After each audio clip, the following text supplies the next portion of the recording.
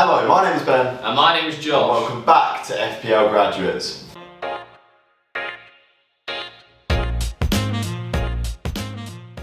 So in today's video, our first Euro 2020 video, we're going to be picking our standout stars from each team in each group of the Euros. Yeah, so what we're going to do is each of us going to pick one player who we think is going to be a standout star, not just at the Euros, but from a fantasy perspective. Yeah, loads of clues and tips for you guys. So this is going to be the first video. We're doing Group A, B, C, and then in the next video uploaded soon, you'll see the rest of the groups. So stay tuned. So Group A, let's go straight into it, into Italy. Now Josh, who is going to be your pick for your standout star? So we'll start off in Italy, and for me, there's no one to look past other than Immobile. £10 million. I know the attacking spots are quite hard to come by, a lot of players in those spots, but he's got a good goal record in Serie A this season, 20 goals, 7 assists in Serie A.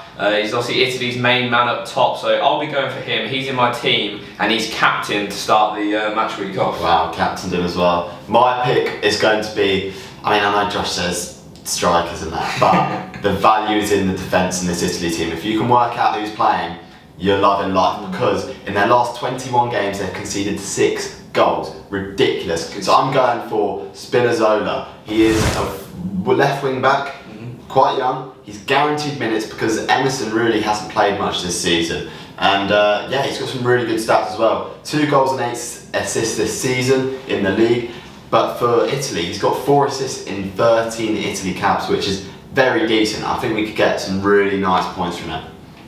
So moving on, we're going to Switzerland next. I'm going with Kevin Mbabu, Bundesliga right wing back. He plays right wing back for Switzerland in like a back 5. So maybe some attacking returns on the cards there. The main price point for him is at 5 million, so that's the main part of getting into him. Quite cheap. Switzerland, a relatively good defence, some good defenders in there, and he's the most attacking out of them. Yeah, I'm going to go for another fullback on the other side. I'm going for Ricardo Rodriguez.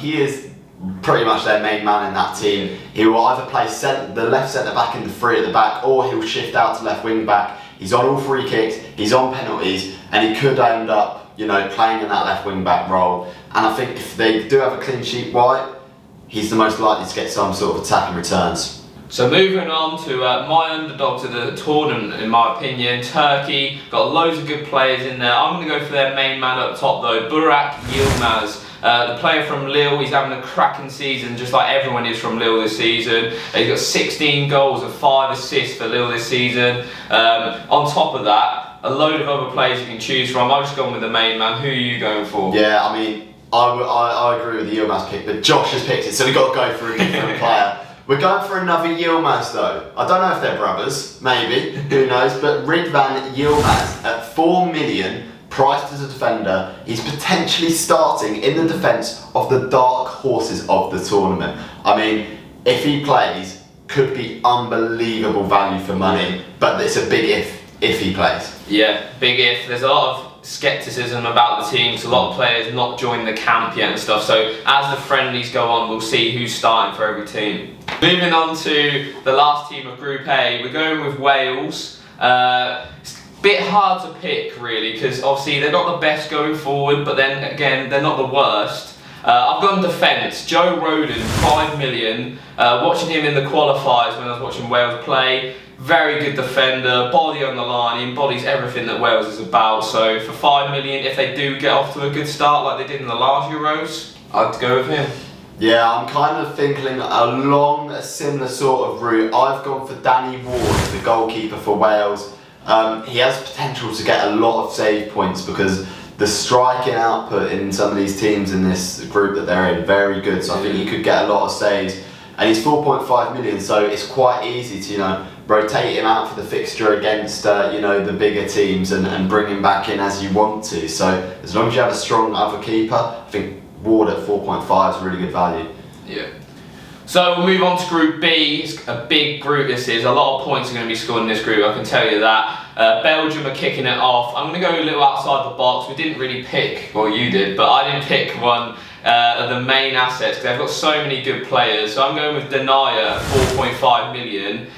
Questionable again whether he starts, but it's quite more likely than Yilmaz, that's for sure. It depends whether Mamal and Vertonghen and Alderweireld are fit. Denij's played a load of games for Belgium in the build-up to this tournament, and as I said, 4.5 million. He's a shoo-in to have on your bench or anything. He may be even starting. Yeah, Denij's in my team to be fair at the moment, but the guy I've gone for is ROMELU LUKAKU up front, 11 million, and I think he's in with a shout at the Golden Boot this year. Belgium, out of all the big teams, have the nicest group, I think. Yeah. And Lukaku's got a good track record against the teams that he's playing in this group. In the teams that he's played against that are currently in this group, he scored 6 goals in 5 games against them, which goes to show he can score against these teams that he's playing against.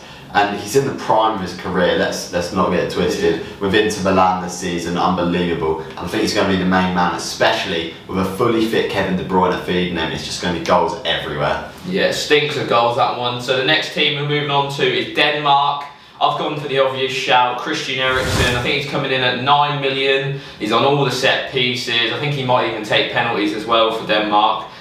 So he's a no-brainer. If Denmark are going to score, you'd think it's going to be through Christian Eriksen.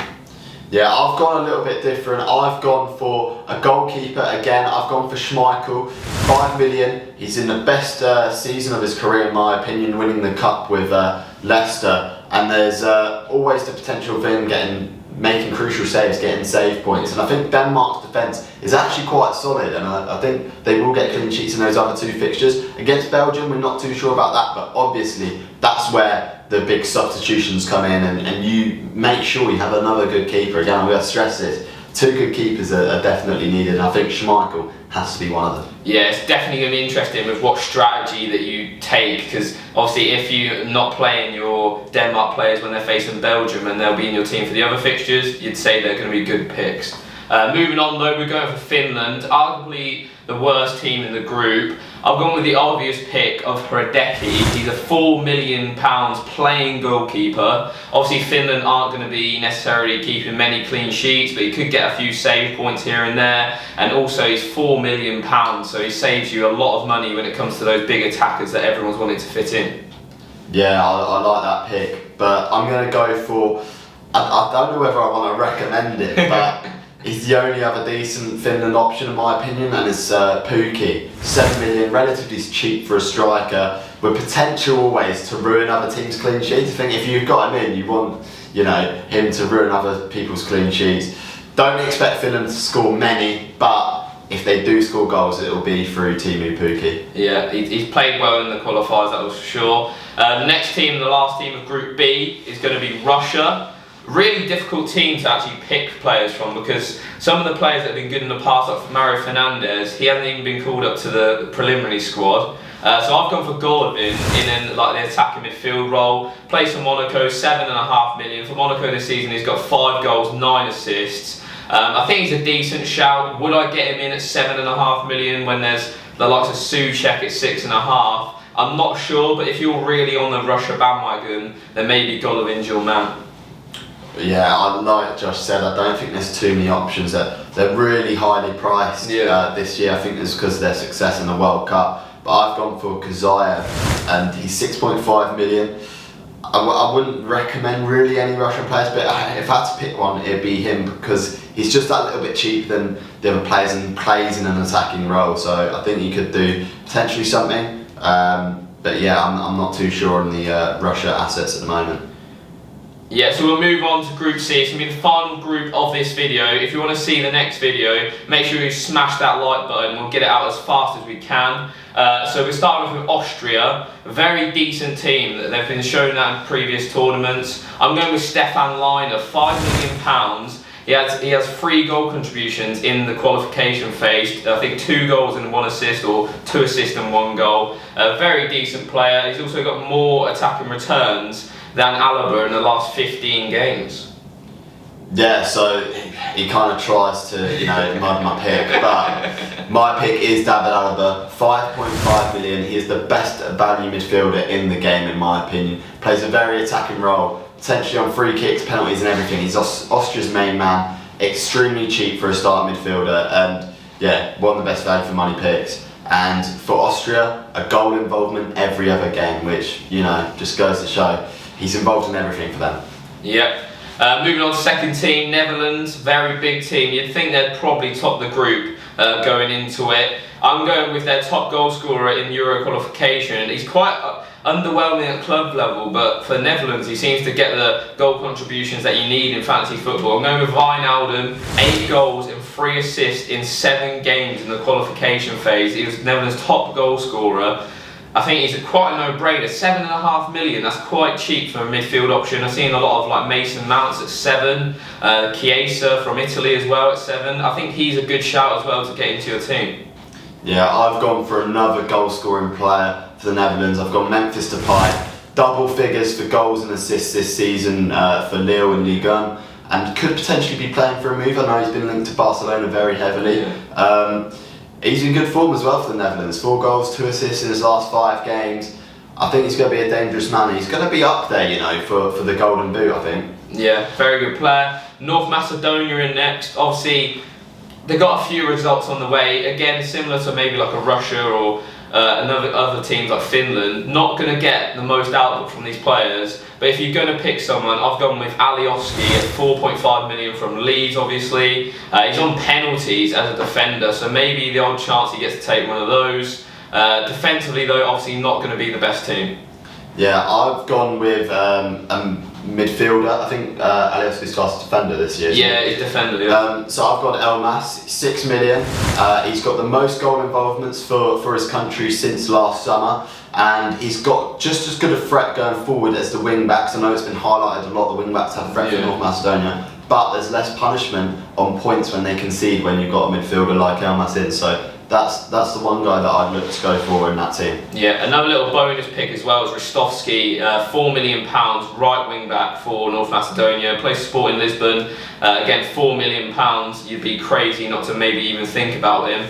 But moving on to the final team of this video and Group C, Ukraine. Again, it's similar to Russia, a bit tough to pick from. They're quite expensive in like midfield and attack. So I've gone with Yaremchuk, £7 million. He has 4 goals, 2 assists in 6 European qualifying games. And then in Belgium's first division this season, he scored 22 goals and got 7 assists. So decent output from him. I think he's a little bit better than Malinovsky stats-wise this season. He's been producing a lot more, but maybe he's also a good pick. Yeah, well, for me, I've gone for, and us FPL players, we love midfielders who are classed as defenders, and we've got one here in Zinchenko, 5.5 million, classed as defender, 5 goals in 38 games for Ukraine, and he will play a starring role for them in that midfield and provides a good option for those looking for a differential at that price point. Yeah, he's been looking really good for City towards the end of the season, so a decent pick there. So that rounds up all of the picks from Groups A to C of our standout picks per team. Good little video. Yeah, decent. And as always, if you like the video, give the video a like. Make sure you comment, you know, follow us on all the other socials, and we'll get that other video out soon, alright? And yeah, as usual, I've been Ben. I've been Josh. And we'll see you guys later.